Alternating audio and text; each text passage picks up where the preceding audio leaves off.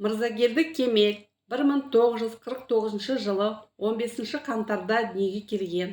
Қазақ жазушысы, мемлекет және қоғам қайраткері, экономика ғылымдарының докторы, профессор, Қазақстан жазушылар одағының мүшесі.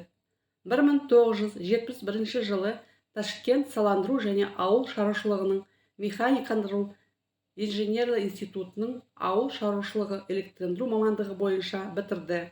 2000 жылы Дулати атындағы Тарас мемлекеттік университетінің заң факультетінің заңгер мамандық бойынша бітірген.